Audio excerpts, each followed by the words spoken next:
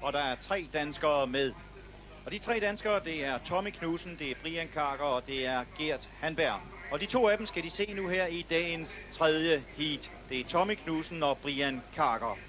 De 2 første heat, der er kørt, det blev vundet først af de Sam Ermolenko, og endnu en gang var det en amerikaner, der kom øverst i andet heat, nemlig Rick Miller.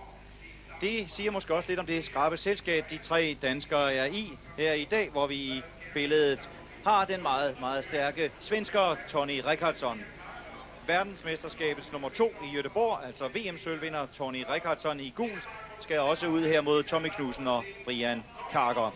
Skal vi lige kort og godt kontant fortælle, hvad det er, de skal holde øje med i dag. Der er altså 3 danskere med, 16 kører i alt, og de 8 bedste går videre til VM-finalen om nøjagtigt 14 dage på det olympiske stadion i Wrocław i Polen. Altså VM-finale om 14 dage, og det handler om de 8 bedste om at komme med der. Der blev kørt en VM-finale for en uge siden i Bradford i England. Der var der en enkelt dansker med, det var John Jørgensen, og det lykkedes John Jørgensen med en 5. plads at kvalificere sig til finalen i Polen. Men lad os håbe, det også går godt i dag for både Tommy Knudsen, Gert Hanberg og Brian Karker. Det er faktisk lidt af en præstation, at manden i rødt, Tommy Knudsen, overhovedet kan stille op. Veteranen Tommy Knudsen, den 30-årige kører fra Coventry, ja, han brækkede et kravben for en lille uge siden sidste fredag i en ligamatch i Manchester for sin klub Coventry. Der kørte man mod Bellevue i Manchester, og der steg Tommy Knudsen ud over styret og brækkede kravbenet. Tommy Knudsen blev opereret søndag og er først kommet ud fra hospitalet i onsdags.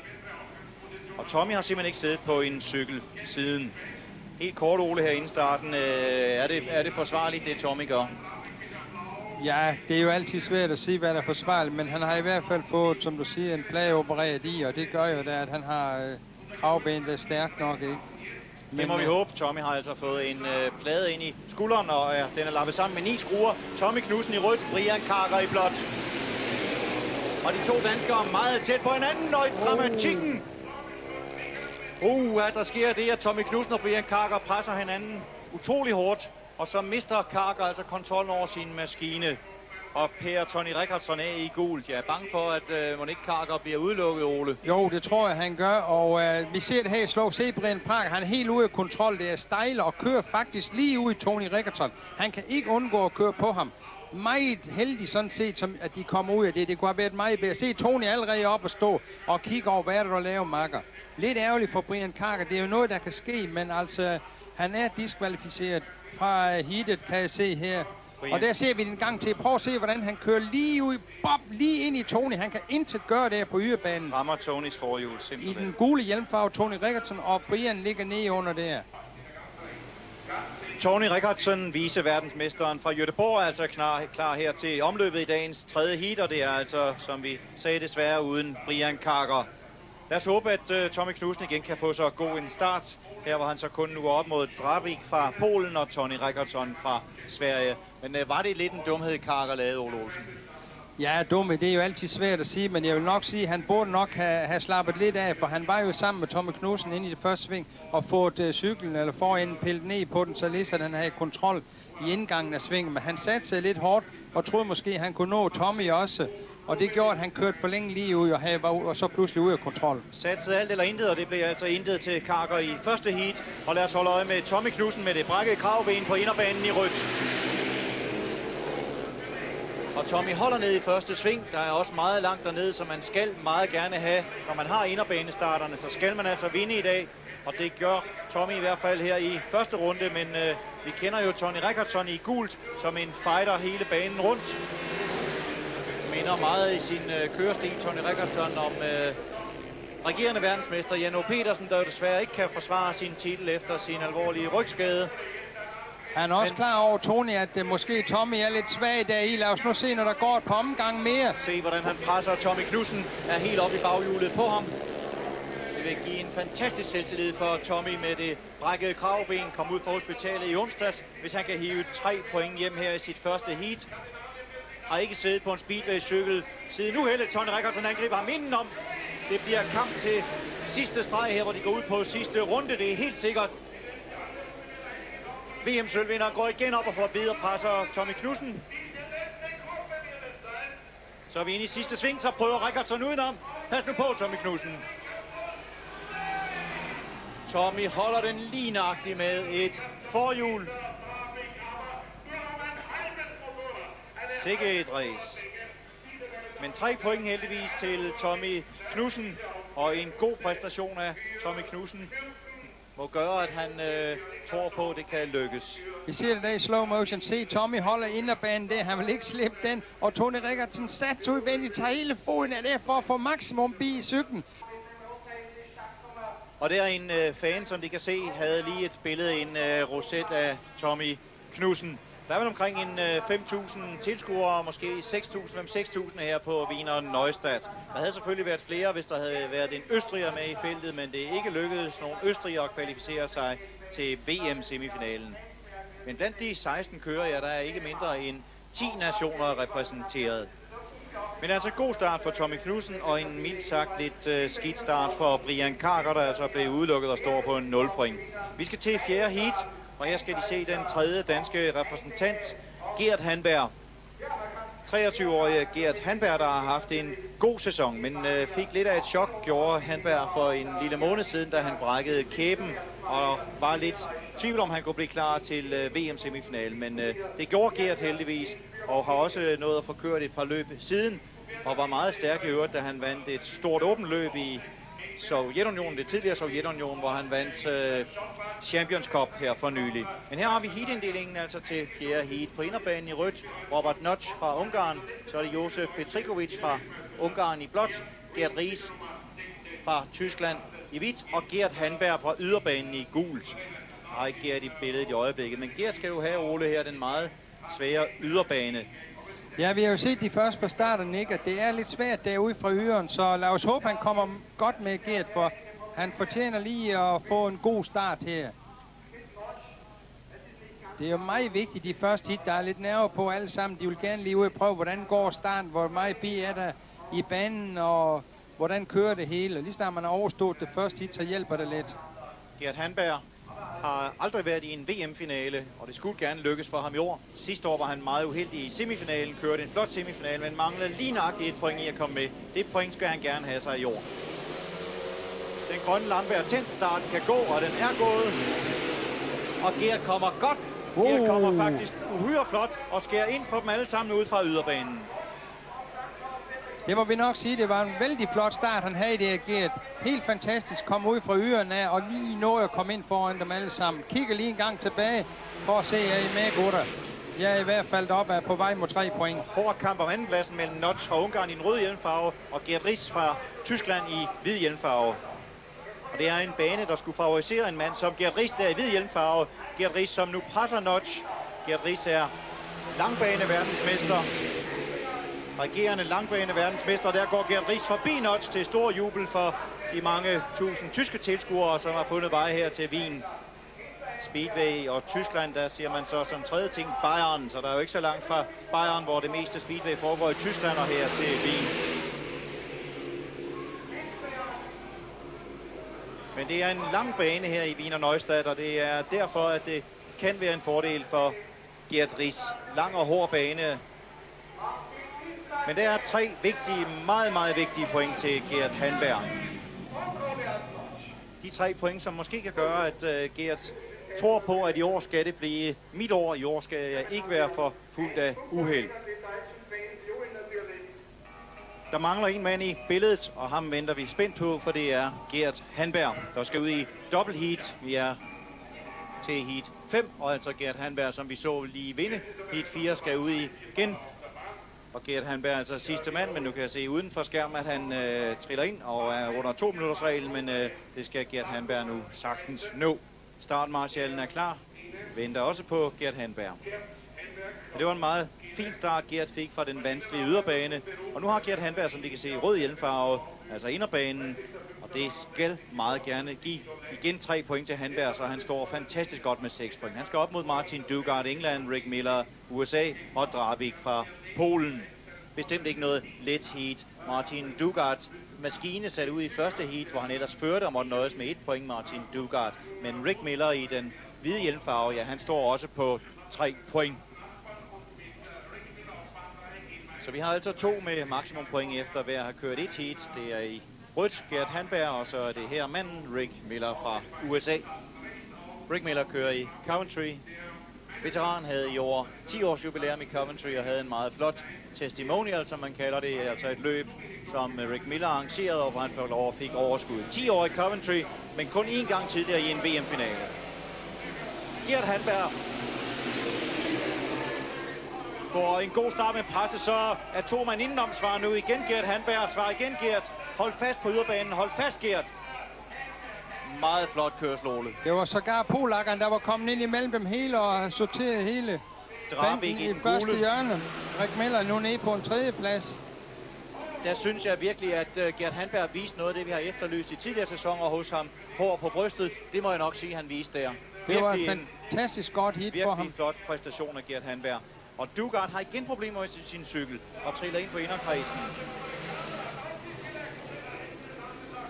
Og det er jo altså heller ikke dårligt for de andre danskere, at en så stærk kører som Martin Dugard måske må konstatere bare 1 point efter 2 heat. Og imens har Gert Handberg fået lagt afstanden ned til både Rick Miller og Polens Drabik.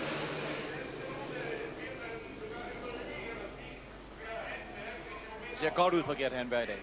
Rigtig godt, og det er dejligt at have 6 point derunder, så det må vi nok sige, Gert har lagt fantastisk flot ud. Han mener business den her gang. Der var meget, meget hård kamp om andenpladsen, men 3 point til Gert Handberg, der efter 2 heat står på 6 point. Virkelig god start for Gert Handberg. Lad os håbe, det samme gentager sig her i 6. heat, hvor vi har Tommy Knudsen på banen i blå hjelmfarve. De har ham her, Tommy Knudsen. Kører altså med et brækket kravben, kom først ud fra hospitalet i onsdags. Og for blandt andet at blive klar, ja, så har Tommy Knudsen fået massagebehandlinger, og han har fået akupunktur, og han fik lige inden sit første heat, fik han en akupunkturbehandling. Lad os håbe, at det kan hjælpe Tommy Knudsen. Han har virkelig været en uheldig mand i sin karriere. Som Tommy siger, jeg kan aldrig gå igennem de der metaldetektorer i lufthavnen. De hyler og skriger hver eneste gang, og nu har Tommy altså igen fået en metalplade denne gang ind ved det højre kravben. Skruet sammen med ikke mindre end 9 skruer. Tommy Knudsen har haft metalplader i ryggen, da han brækkede ryggen for 2 år siden i Australien, og så har han haft metalplader i begge arme. En uheldig kører, som håber på, at det her skal blive hans helt store år. Tommys bedste resultat nogensinde var jo, da han som helt ung knægt vandt bronze i den uforglemmelige VM-finale i 1981 på Wembley, hvor Ole Olsen jo fik sølv efter fantastiske Bruce Penhall. Men nu gælder det altså VM-semifinalen her, og vi skal se i rødt Josef Petrikovic fra Ungarn, Tommy Knudsen i blåt, Sam Ermolenko i hvidt og Schneiderwind fra Tjekkoslovakiet i gul. Wow, han har lavet den igen, Tommy. Han har taget starten dernede af flot, og Sam går ind bag ved ham der. Jeg synes, det er virkelig stærkt af Tommy. Og det er lækkert, at han starter på blandt andet på den røde, og så kommer nu ud i blå bane 2 og får et godt andet heat. Flot kørt af Tommy. Ja, hvis han kan holde den her hjem, så ligner det noget. Men han presses hårdt af Sam Ermolenko. Kaptajnen fra de regerende engelske mestre, Wolverhampton. Sam Ermolenko, nummer 2 på topscorerlisten i England, presser Tommy Knudsen. Det er kun de 2, det kan handle om på førstepladsen. Og de står begge på 3 point inden det andet heat, for dem begge 2 deres andet heat. Og så er man altså allerede godt på vej mod Polen. Fantastisk vigtigt at starte med 2 maksimum heat. Ja, og de presser. Se, Sam, han prøver alt muligt. Han er ved at gå rundt om Tommy. Jeg tror, han gør det. Ja, det er jo klart, de ved, at Tommy Knudsen er lidt svækket, og så ved de, at når først du når 3. omgang, så begynder det at bide lidt i skulderen. Og derfor har Sam tænkt sig, nu tager jeg chancen og prøver at gå rundt om ham. Men stadigvæk 2 point af Tommy Knudsen. Det kan han bestemt bruge til noget. Tommy er helt sikkert med i billedet stadigvæk. Men altså, der var 3 point til Sam Ermolenko, og der var 2 til Tommy Knudsen.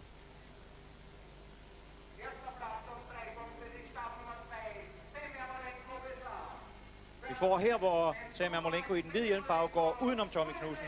Ja, han er lidt forsigtig inde i svinget. Tommy, han ved, der er en omgang tilbage, så vil han ikke slippe den inderbane for meget.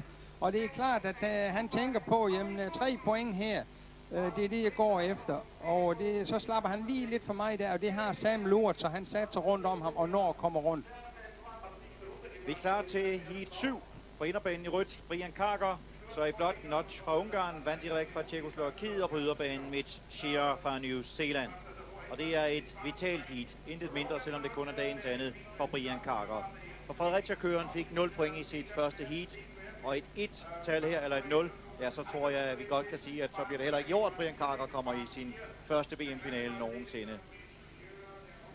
Men det skulle altså også kunne lykkes her, Ole Olsen, fordi Brian Karker er på inderbanen, den inderbane, som er indtil nu har været klart bedst, og det er ikke de stærkeste konkurrenter, han er op mod. Så det skal simpelthen være 3 point til Karker i rødt. Ja, det ser også ud til, at han er oppe på starten derindefra. Er lidt højt op i svinget derinde, man kommer først ud der. Flot kørt af Brian. Og profiterer så af, at der er meget hård kamp om anden og tredjepladsen, hvor lige skabt lidt luft til Brian Karker, men den er bestemt ikke hjemme endnu.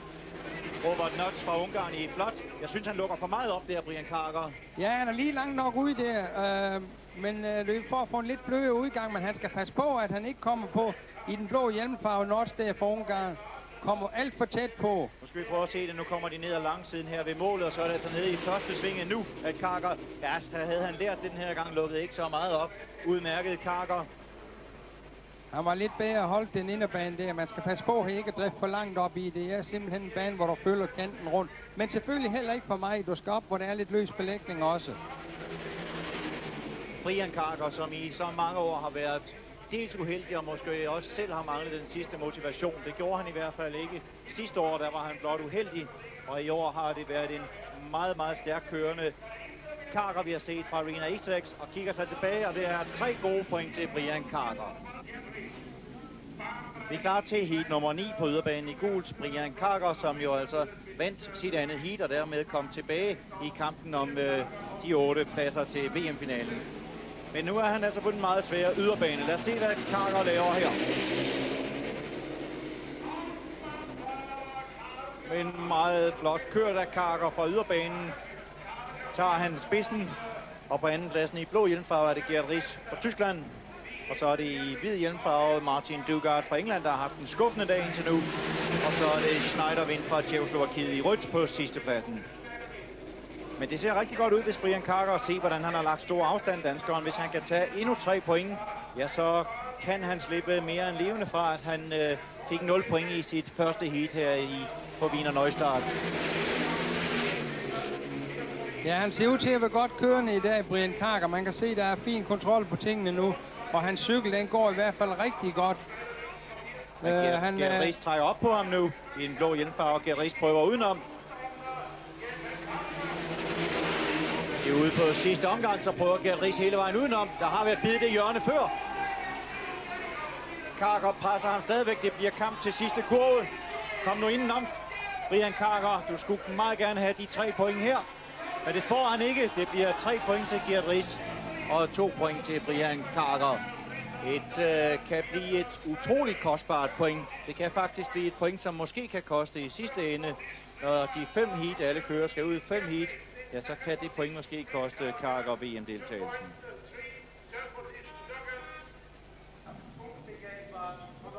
12. heat her på Wiener Neustadt, og vi skal se 2 danskere i aktion. Det er på inderbanen rød hjelmfarve Gert Handberg, der har 6 point, og så er det i hvid hjelmfarve Tommy Knudsen, der har 5 point. Og de skal op mod Einar Kyllingstad fra Norge i blåt, der har et enkelt point, og Peter Vandirek fra Tjekkoslovakiet, der også har et enkelt point. Men Gert Handberg kan med en sejr her fra den gode inderbane så godt som have sikret sig sin deltagelse i VM-finalen om 14 dage, nøjagtigt om 14 dage i Wrocław i Polen, en finale, de kan se på TV2. Og det vil være første gang nogensinde, at 23-årig Gert Handberg kvalificerer sig til en VM-finale. Og det er det eneste, det drejer sig om i dag.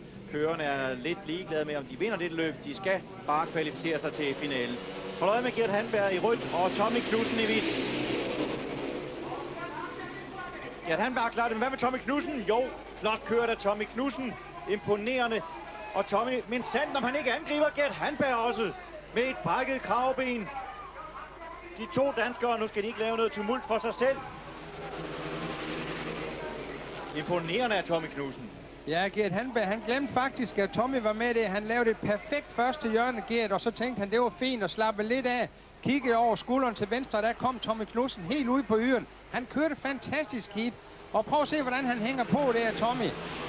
Det er helt imponerende. Manden, der blev udskrevet i onsdags.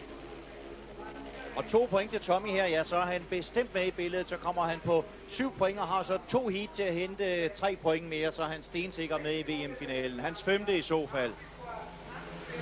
Ude på sidste runde, og det ser godt ud med dansk speedways øjne.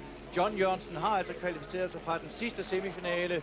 Og hvis det her holder hjem, hvor der mangler 2 sving, så tror jeg godt, jeg tør sige, at det har Gert Handberg også. Så har han allerede 9 point hjemme, og det skulle være nok. Jeg tror, Gert Handberg er klar til VM-finalen, og Tommy Knudsen er forhåbentlig godt på vej.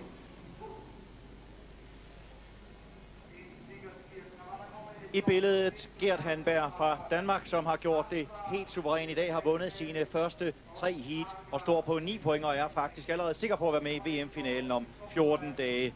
Meget, meget flot af Gert Handberg, den 23-årige dansker, der kommer med i sin første VM-finale nogensinde. Men hvad med Brian Karker på yderbanen i gult? Hvad med Brian Karker? Han er oppe i et meget svært heat, og han kommer fra yderbanen, og Karker har kun 5 point.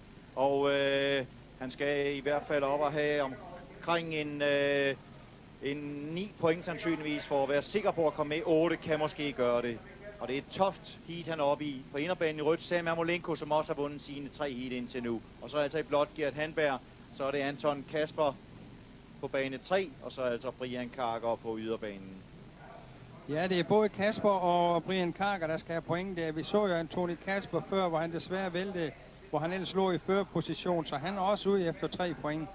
Tony Kasper, altså i hvidt, har 5 point, og det samme har Brian Karker. Og det er i hvert fald helt sikkert, at Karker skal meget gerne. Han skal i hvert fald foran Kasper, ellers bliver det uhyggeligt svært for Brian Karker. Spørgsmålet er, om Gert Handberg tør hjælpe Karker på det her tidspunkt. Det er, om han kan komme til det. Men Brian Karker fra yderbanen, det bliver svært. Kom så Karker, så er det en foran nu. Han prøver at gå hele vejen rundt på yderbanen. Er på 3. pladsen i øjeblikket Brian Karker. Og det er Gert Handberg, der fører op foran, men der kan Handberg jo ikke rigtig hjælpe Brian Karker. Men i hvert fald vigtigt, at Karker har Kasper bag sig. I øjeblikket altså Gert Handberg foran Sam Ermolenko. Og så der i den gule hjelmfarve Brian Karker. Karker, nej. Han kom alt for langt ud, men kommer tilbage igen, Brian Karker der. Han satte sig meget, meget hårdt og kom totalt forbi svinget. Men vil man nok sige op foran, der er det i blå hjelmfarve. Gert Handberg, der har taget til den der. Selvom amerikaneren Sam Ermolenko kæmper hårdt i den røde for at nå ham, så er der ikke noget at gøre. Han kører simpelthen et perfekt heat, Gert. Fantastisk at se ham sådan. Sikke en kanonform, han er været i dag. Det tegner godt for VM-finalen om 14 dage.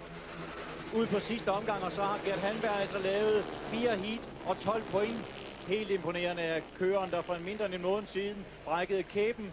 Og da han så endelig kom i gang efter små 2 uger, ja, så blev han alvorligt skadet med begge sine hænder. Men her er han i topform. Gert Handberg 3 point, 2 til Ermolenko. Og så er der 1 til Brian Karker. Og det betyder altså, at vi skal få et meget, meget spændende sidste heat. Sidste gang Brian Karker skal ud. Og det skal han i aftens sidste og afgørende 20. heat. Men Gert Handberg er i hvert fald klar videre til finalen i Wroclaw. Her ser vi starten. Læg mærke til Gert Handberg i en blå hjelmfarve. Perfekt start. Lige forhjul 10 cm over jorden. Gert. Og i den gule hud har vi Brian Karker, som er kommet godt med, men er lidt for langt ude. Amerikanerne kommer op og giver Gert et puff derinde i første sving. Men Gert, han holder helt fantastisk balance og siger, Marker, jeg vil være forrest, jeg vil vinde det vedløb i dag. Og sikkert et sving, han laver der, og faktisk accelererer forbi amerikaneren. Heat nummer 15, og i hvid hjelmfarve, som vi kan se på holdopstillingen der, altså Tommy Knudsen, Danmark. Og med bare en anden plads, ja, så er Tommy Knudsen klar til VM-finalen. Tommy Knudsen i hvidt. Men Tommy Knudsen er sidst, og der er tumult, og jeg tror, at heatet bliver afblæst. Det gør det også.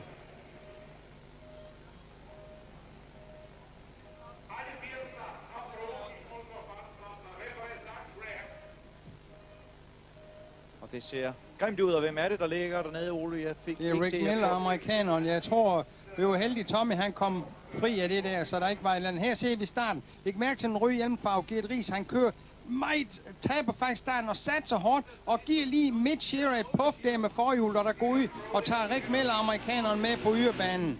Så der ser ud til, at der bliver en omstart med alle 4 kører, men det er ikke for godt med Rick Miller.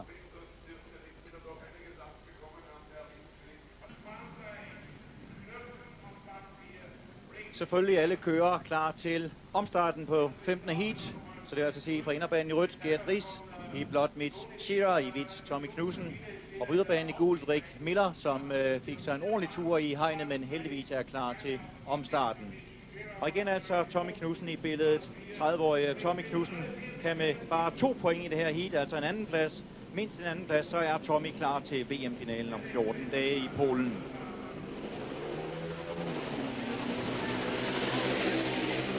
Og mens Sanden om ikke Knudsen tager teten, Rick Miller angriber ham udenom i den gule hjelmfarve. De 2 holdkammerater i Coventry, og Rick Miller går forbi Tommy Knudsen. Men hvis bare Tommy kan holde den anden plads, så er han videre. Det er det handler om her i dag.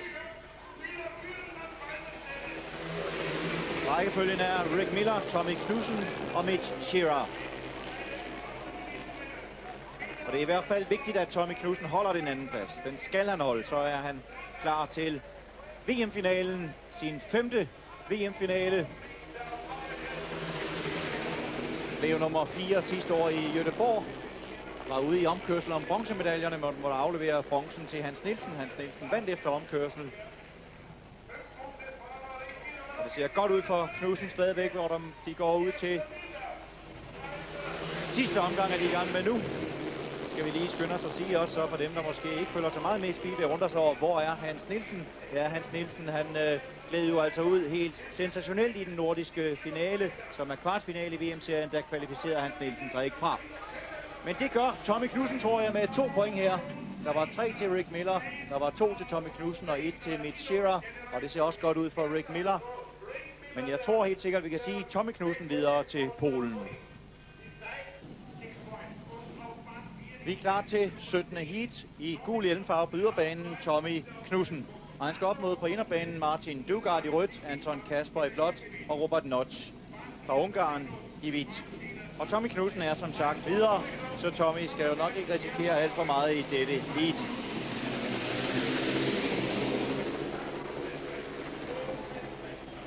Men alligevel går Tommy op her på en 3. plads og søger nu 2. pladsen. Hele vejen ude fra yderbanen. Sætter en tyk streg under den kørsel, han har vist hele eftermiddagen, Tommy Knudsen.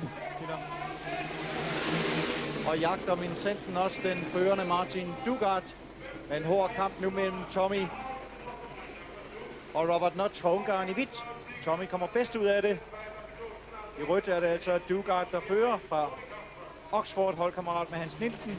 Og jagtes af Tommy Knudsen i gult. 3 vigtige point her for Dugard, men 7 point, det kommer nok til at knive for ham. Lidt ærgerligt, han havde et maskinstop der på et tidligere tidspunkt.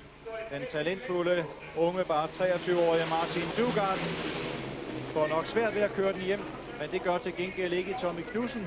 Slutter denne semifinale i stor stil. Kæmpede mod smerter, kæmpede mod svære odds, stillede op med et brækket kravben, men slutter altså på 11 point. Fornemt af Tommy Knudsen.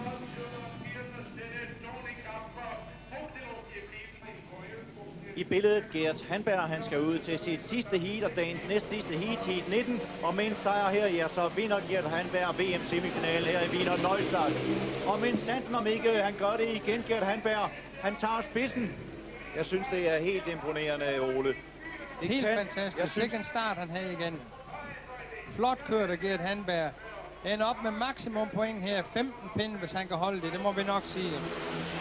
I et af de heat, de ikke har set, der vandt Samir Molenko sit sidste heat, så Samir Molenko står på 14 point nu, men vinder Gert Handberg her, ja, så slutter han altså på 15 maksimum point simpelthen. Og hvor lover det dog godt før VM-finalen i Polen.